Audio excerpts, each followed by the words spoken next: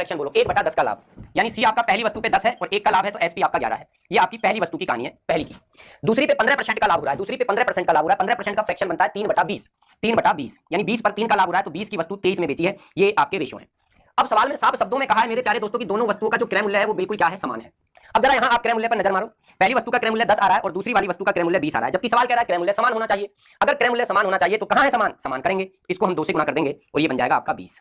जब ये वाला 2 से गुणा हुआ है तो ये भी 2 से गुणा होगा तो ये हो जाएगा आपका 22। हमने क्रय मूल्य समान कर लिया, दोनों का क्रय मूल्य 20 20 हो गया। बताइए दोनों वस्तु कितने रुपए में खरीदी, 40 रुपए में खरीदी, जबकि दोनों वस्तु आपने कितने रुपए में बेची, एक 22 में और एक 23 में, तो 45 में आपने दोनों वस्तुएं बेच दी। अब मुझे 40 की चीज अगर मैंने 45 में बेच दी तो हमें साफ शब्दों में दिख रहा है हमें प्रॉफिट हो गया। कोई मुझे बताएगा प्रॉफिट कितने का हुआ, 5 का हुआ। ठीक है, अगर मुझे परसेंटेज प्रॉफिट निकालना है तो बताइए परसेंटेज प्रॉफिट क्रय मूल्य पे निकालते हैं। क्रय मूल्य कितना है 40 और गुणा में आ गया आपका 100। ठीक है, 5 8 आपका 40 हो गया, 4 से आपका ये 2 बार कटा, 4 से आपका ये 25 बार कटा और 2 से ये 25 आपने उड़ा दिया तो 12.5% या 12.5% प्रॉफिट हो गया। हुआ कि नहीं हुआ? अब मुझे बताओ कितने, ध्यान से सुनना मेरी बात क्या है, ऐसे उड़ाना है, कलम नहीं चलानी, डायरेक्ट उड़ाना है, कलम नहीं चलानी, डायरेक्ट उड़ाना है। ध्यान से सुनना मेरी बात, मेरे प्यारे दोस्तों ध्यान से सुनना मेरी बात। जब कभी भी 2 या 2 से ज्यादा वस्तुओं, कितनी हो, 2 या 2 से ज्यादा वस्तुओं के क्रय मूल्य समान हो और उन वस्तुओं को अगर बेचे और उन पर लाभ हानि का परसेंटेज दिया जाए और पूरे सौदे में कितना परसेंट लाभ अथवा हानि हुई है ये पूछ ले, तो जो भी लाभ हानि के परसेंटेज दिए उनको डायरेक्ट जोड़ दो। और तुम सब जानते हो लाभ के लिए प्लस आता है, हानि के लिए माइनस आता है, और जितनी वस्तुएं हैं उतनी ही संख्या का नीचे भाग लगा दो। पहली वस्तु 10% के लाभ पर बेची 10, दूसरी वस्तु 15% के लाभ पर बेची 15, दोनों लाभ है प्लस आएगा। कितनी वस्तुएं हैं, 2 वस्तुएं हैं, 2 का भाग लगा दो, 25 बटा 2 और 25 का आधा होता है 12.5%। This is answer, this is answer, खत्म खेल, this is answer, finish. Second में उड़ाना है, 1 सेकंड में उड़ाना, 1 सेकंड में, बस कंसेप्ट मालूम होना चाहिए। दोनों के क्रय मूल्य समान है, हमने नोटिस किया दोनों के क्रय मूल्य समान है, खेल खत्म। पहली वस्तु को 12% के लाभ पर बेचा है 12, दूसरी को 18% की हानि पर बेचा है माइनस का 18। 2 वस्तुएं हैं, 2 का भाग लगा दो, माइनस का आया 6 बटा में 2 आ गया माइनस का 3, और आप सभी जानते हैं माइनस किसको दिखाता है, हानि को दिखाता है। तो तुम कहोगे पूरे सौदे में 3% की क्या हो गई, हानि हो गई, पूरे सौदे में 3% लॉस। वेरी गुड, आ जाओ, 3 वस्तु है, तीनों में प्रत्येक का क्रय मूल्य समान है। ठीक है, पहली वस्तु 18% की हानि पर माइनस का 18, दूसरी 23% के लाभ पर प्लस का 23 और तीसरी 11% की हानि पर माइनस 11। अब बताए कईयों ने गलती क्या करी है, कईयों ने गलती ये करी है कि नीचे 2 का भाग लगाया है। 2 का नहीं मेरे प्यारे दोस्तों, वस्तुएं कितनी है, 3 वस्तु है। तो मैंने यही तो सिखाया कि नीचे हमेशा जितनी वस्तुएं हैं उतनी वस्तुओं का भाग लगाना है। तो नीचे 3 सवाल में 3 वस्तु बोला है तो 3 वस्तुओं का क्या लगेगा मेरे प्यारे दोस्तों, भाग लगेगा। बस यही गलती कई लोगों ने करी है।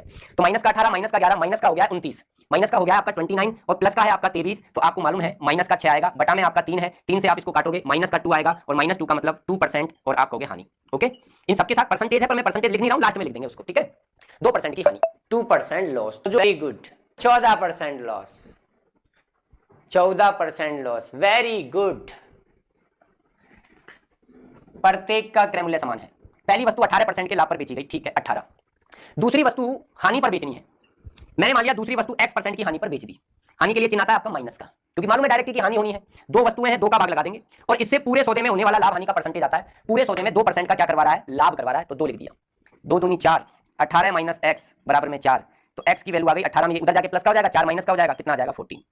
तो दूसरी वस्तु को अगर हम 14% के लॉस में बेचेंगे, ठीक है, तब हमें इस पूरे सौदे में 2% का क्या होगा, लाभ होगा। बताइए कोई प्रॉब्लम? Very good. कराए, आ जाओ। तो पहली तो 10% हानि पर, ठीक है भाई, माइनस 10, फिर दूसरी 25% लाभ प्लस 25, तीसरी हमें बतानी है, पर सवाल में ये नहीं कहा कि तीसरी पर लाभ होना चाहिए कि हानि होनी चाहिए, हमें नहीं मालूम, लाभ भी हो सकता है हानि भी हो सकती है। हमने माना चाहे लाभ हो चाहे हानि हो x% होगा तीसरी पर जब लाभ है कि हानि है ये मालूम नहीं है तो चिन्ह कौन सा लगाएं। तो आप सब जानते हैं जब कुछ भी मालूम नहीं होता तो प्लस का चिन्ह लगाते हैं। अगर इस x की वैल्यू प्लस में आई, x की वैल्यू अगर प्लस में आई तो लाभ कहेंगे, माइनस में आई तो हानि कह देंगे।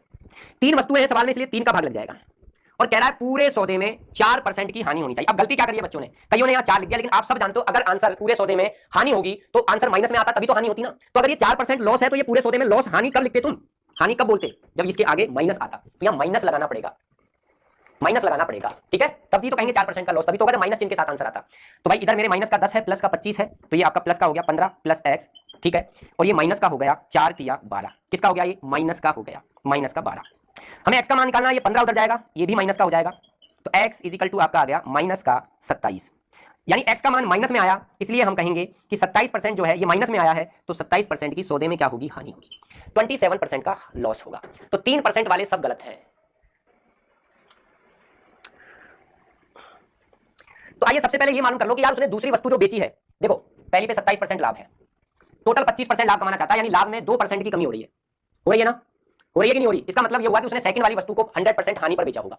सेकंड वाली वस्तु को 100% हानि पर बेचा है, तभी तो लाभ का परसेंटेज टोटल कम हुआ है। तो उसको कितनी हानि पर बेचा है हमें नहीं मालूम, 27% लाभ है। दूसरी वस्तु हमने मान ली x% की हानि पर बेची है, बटा में आपका 2 आएगा, और पूरे सौदे में वो 25% का लाभ कमाना चाहता है, तो बराबर में 25। तो यहाँ आपकी x की वैल्यू कितनी आ गई मुझे बता दीजिए। ये 25 दुआ कितना हो जाएगा आपके पास, 50। ठीक है, 25 का ये ना टोटल लाभ, तो 25 दुआ आपका हो जाएगा 50। ठीक है, हाँ सही कहा ना, पहली वस्तु 27% के लाभ पर और दूसरी वस्तु पहली वस्तु से 600 रुपए कम में बेची है। तो यदि वह कुल 25% का लाभ कमाना चाहे तो प्रत्येक वस्तु का सीपी हमको बताना है। ओके, क्या लिख रहे हो? 100 लाइव करो। चलो, तो 25 दुआ 50, एक मिनट, तो 27 माइनस एक्स बराबर 25 दुआ 50। इस माइनस एक्स को अपन उधर लेकर जाएंगे।